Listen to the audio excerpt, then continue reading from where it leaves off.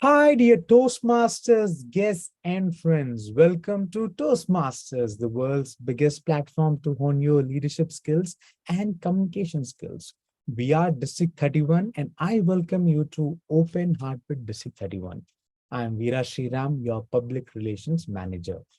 On our talk show tonight, we have our district's credentials chair, aka the election commissioner of District 31, a proud member of Advanced Articulators Toastmasters Club and a veteran Toastmaster. Without any further ado, let me welcome our credentials chair, Toastmaster MJ, onto our talk show. Toastmaster MJ, how are you doing today? Vera, thank you. I'm doing great tonight. Very excited that you reached out to me about doing this. Thank you for being our talk show, Toastmaster MJ. Toastmaster MJ, ask all my guests this one question. Where did it start, your Toastmasters journey? Would you like to talk about that? I would be happy to. Knowing that you were going to ask this, I started thinking back and I started thinking way back. And I realized that while I tell everyone I joined Toastmasters in 2003, about 20 years ago, the first Toastmasters meeting I ever attended was, I don't want to think how old you were, it was in the early 1980s. I was a newly minted engineer, software engineer, working at a hardware company. I was very young and very shy, very timid, and I was the only woman in my group. So when an opportunity arose to give a speech at the Society of Women Engineers, I somehow got tapped to do it. And frankly, I was too shy and too timid to say no. Turns out my boss was a member of the local Toastmasters club. He suggested I go to the club and present, which I did, and I got some very useful feedback.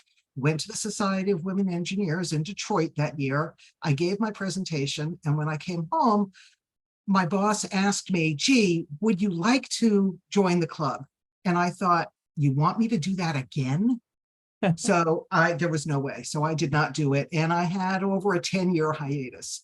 In the mid 1990s, I was at another company. I was a bit more experienced, a bit less timid, and I had realized the importance of communication skills on a career. So I actually got together with a bunch of people at my company at the time, and we founded a Toastmasters club, which was very active as a company club for about a year and a half until there was a massive layoff and the club was decimated and I was laid off, and that was the end of that. Then we get to 2003. And at that point, I had decided to become an independent consultant. And I realized that while I had actually gotten better and less nervous about public speaking, I was still very much a hermit at heart. And if I worked as an independent consultant from home, I would probably not see anybody for days and days on end. So I thought, I'm going to join a Toastmasters club. And I did. I joined the Last Word Toastmasters in Burlington. And I was there for a number of years, second and fourth Thursday of every night. They still meet. And I also left them eventually and went to start a club in Lowell, Mill City Toastmasters, which meets every Wednesday and is still meeting. And over the course of time, I joined first the Leading Speakers Advanced Club. And then when that folded more recently, Advanced Articulators of Andover. So that is my very lengthy journey over time in Toastmasters. Amazing, inspiring story, Toastmaster MJ. A lot of us would not know you have 20 years of Toastmasters experience, and that is rich experience. Now, the obvious question: what keeps you at Toastmasters? I think at 20 years you've seen it all the officer roles, but what keeps you being a member of two clubs? It's not only one club, but two clubs. Actually, at the moment, three, which wow. is even crazier. But it's a really good question. What keeps me? I talk to people for a living. I'm now a software consultant. I spend at least 3 or 4 hours a day on Zoom, talking with people in scheduled meetings, giving presentations. And so you would think that I would be Zoomed out or I would be presentationed out. But what I find is that my Toastmasters clubs are a great opportunity to be with people who, well, aren't like me. They're in different lines of work, different stages of their lives and their careers. I learn a lot from them, from all of that wealth of perspective. I get an awful lot from that. I find every meeting I go to, there's something to learn, whether it's from somebody who is more experienced than me, because there are a lot of them out there, somebody less experienced than me. There's still a lot to learn. And the other thing that I really get out of Toastmasters is the sense that I can help other people in the way that the people that I knew in my early days in Toastmasters helped me. That's really the thing that kind of floats my boat, is getting a sense that I'm getting somebody else started on the ability to get out of their shell and learn how to communicate and learn how to lead. Thank you for sharing that, Toastmaster MJ. Dear Toastmasters, if you want to be mentored by Toastmaster MJ, you know what clubs to join. And mentorship is a great initiative by Toastmasters. Thank you for sharing the importance of that, Toastmaster MJ. Now, shifting gears, Toastmaster MJ, the impact of Toastmasters on your personal life, professional life, social life, spiritual life. Would you like to share any example the Toastmasters had? I have a general and a specific example. The general example is just, it is such a game changer. People who come to Toastmasters and they see somebody who's been in a club for a couple of years, they think, oh, these people are so much more advanced. These people don't know what it means to be nervous. And I think back to me in the early 1980s and even in the 1990s and even today. And at my core, I'm still a nervous, shy person. But Toastmasters has given me the skills to take all of those nerves and say, okay, right now, I'm just going to put them over here and I'm going to forget about them and I'm going to do what needs to be done. You do that enough and you get to the point you don't realize that you're doing it. You get to the point where you really start to enjoy standing up in front of people and saying whatever it is you want to say. The more specific example is that I would not be doing what I have been doing as a career for the last 15 years if it weren't for Toastmasters. About 15 years ago, I went to take a training class in a particular technology. And as I was standing at the registration desk registering, I looked up at this fellow and he looked down at me. He's a tall guy. And we realized that we knew each other. It turns out we knew each other through Toastmasters.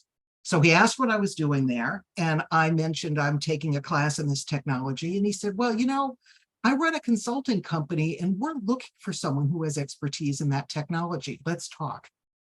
15 years later, I'm still working for the company and I've had more opportunity and more growth in the last 15 years than I think I did in all the many, many years of my career prior to that. So I wouldn't be here if it weren't for Toastmasters. Unbelievable story, Toastmaster MJ. You find career opportunities or networking as well.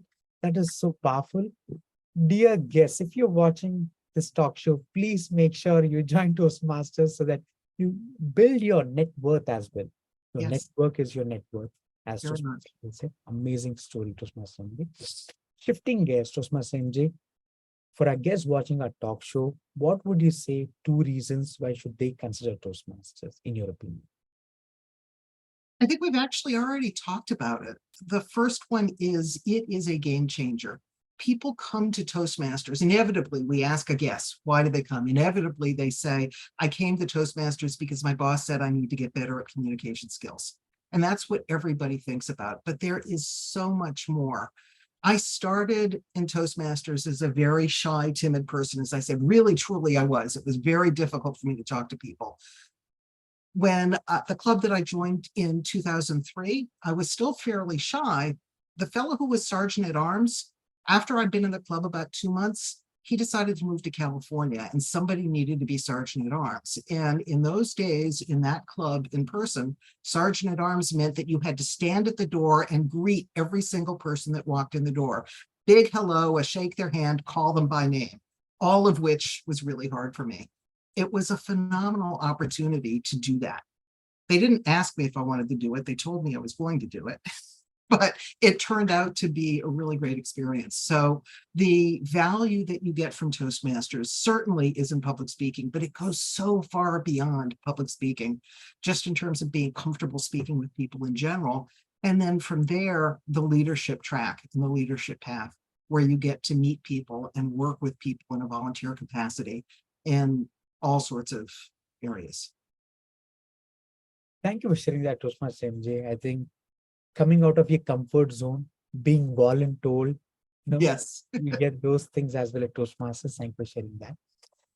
Now we move to a rapid fire round, Toastmaster MJ. Are you ready for some fun? Let's give it a shot. Thank you, Toastmaster MJ. A historic leader that inspires you a lot, Toastmaster MJ. I'm sorry, A historic leader that inspires you a lot. a historic leader that inspires me a lot. There are some really obvious ones. Abraham Lincoln is a number in history. I don't know whether you know, I do a lot of ancestry research, and the leaders and the people that really personally inspire me are some of the ancestors that I have that I've been able to dig up, as it were, through ancestry research. People who, and you may be familiar with this phenomenon yourself, who left everything in their lives behind to leave Eastern Europe, religious persecution or whatever, and come to this country and start a new life back in the days when they never knew if they'd ever see their families again.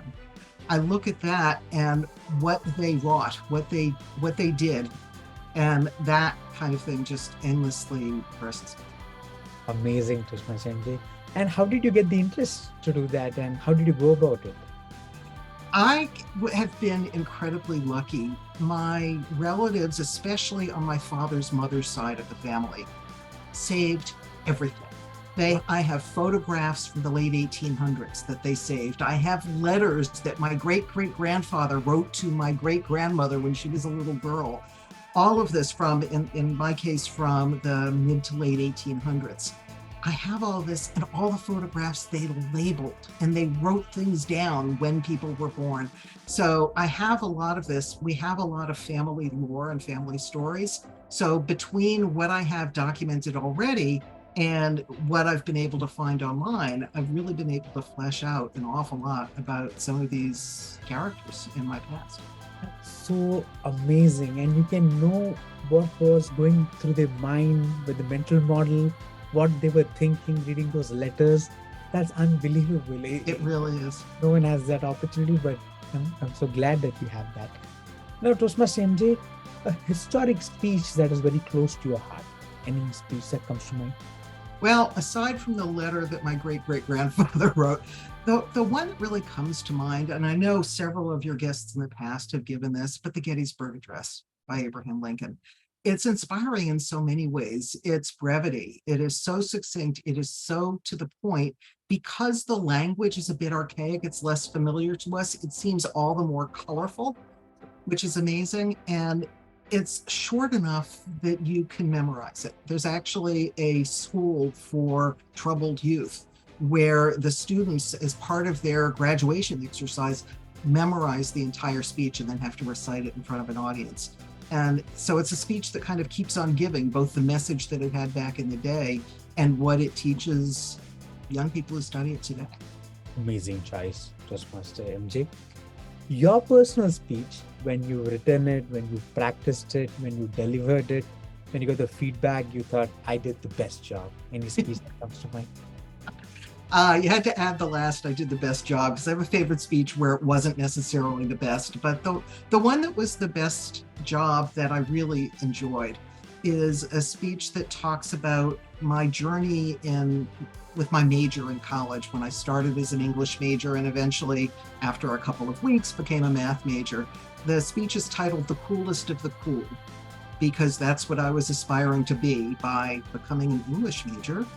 And it goes on and teaches a little bit of lesson about who you admire, being careful about who you admire, because they may not be what you expect them to be. Amazing choice. And maths is a great subject. You made the right choice. I thought so. English, there's so much wiggle room. Math, you know when you're right and you know when you're wrong. Absolutely. It's 1 or 0. That's right, exactly. And now I'm in computers, so it's exactly 1 or 0. Thank you, Toastmaster MJ. A book recommendation that you like to share with our audience? I'll share one that is probably 30 or more years old. So a lot of people might not have heard of it. It's a little bit of a specialty book. It's a book called The Cuckoo's Egg. It's written by a fellow, are you familiar with it?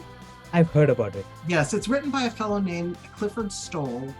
The short version of the story is he was an astronomy student who was in the, I think, late 1970s, early 1980s, tapped to do some work at a computer center, basically to earn his keep. And what he discovered when he tried to investigate a 75-cent accounting discrepancy is amazing. He's a very entertaining author. It is his actual story. It's not fiction. And if you're interested at all in computer security, computer hacking, and you want to read about it in a very accessible way, this is a great book for that. Thank you for sharing that, Toastmaster MJ. A food that is very close to your palate. Any food that comes to mind? I keep saying I have two things for you. One is my all-time good report card meal, which is roast leg of lamb. But the other food, and it's really a variety of foods. I am Jewish, and the Jewish foods that I just love to eat, whether it's a bagel with cream cheese and lox, or believe it or not, chopped chicken liver, or gefilte fish, which if you've ever had it and you're not Jewish, you just shake your head at. But all of those really good comfort foods that are Jewish, just really love them. Amazing, amazing choice. We'll try them. And a restaurant that where we can have this wonderful Jewish food. Any restaurant? The restaurant where we could have this wonderful Jewish food is a place called Shulman House in Framingham. It's the senior community where my parents live.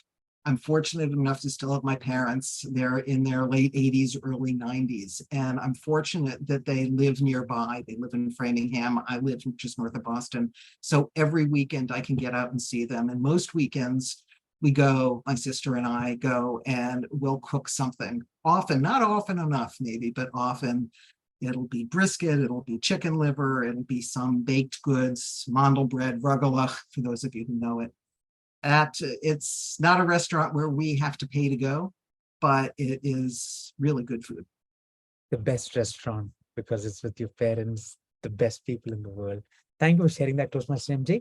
This wraps up our rapid fire round. Is there anything else that you'd like to share with our district which I've not yet asked? Oh my gosh. I did talk about the ancestry work, and I really love doing that kind of research. In fact, I'm not all that far from retirement, and I'm hoping that when I retire, I can do it well enough to do it professionally. I think that would be really fun. Beyond that, I would just say if there are any newer Toastmasters or any guests who are watching this, I find that people who are new to Toastmasters are often shy about giving evaluations or giving feedback or becoming an officer. And all I can say is, if you're new to Toastmasters, you are the best people possible to do those things because you bring a perspective that I don't have. You bring a perspective that is not tainted by 20 years in Toastmasters. So anyone who is sitting there thinking, oh, I couldn't do that, or I could never give a speech evaluation to somebody who's been in Toastmasters 20 years, please, yes, you can, and yes, you should. Strong message, Toastmaster MJ. Thank you for sharing that. You could have been anywhere in the world, but you choose to come and talk to us. So thank you from the bottom of my heart. Vera, thank you so much. I love the work that you're doing here with these sessions. And I look forward to seeing this one. And I look forward to seeing one about you in the not too distant future. Thank you, Toastmaster MJ. Dear Toastmasters, that wraps up our Open Heart with DC31. If you would like to come and talk to us, please do mention your name in our comment section. Please do like, share, and subscribe. Until our next episode, bye-bye.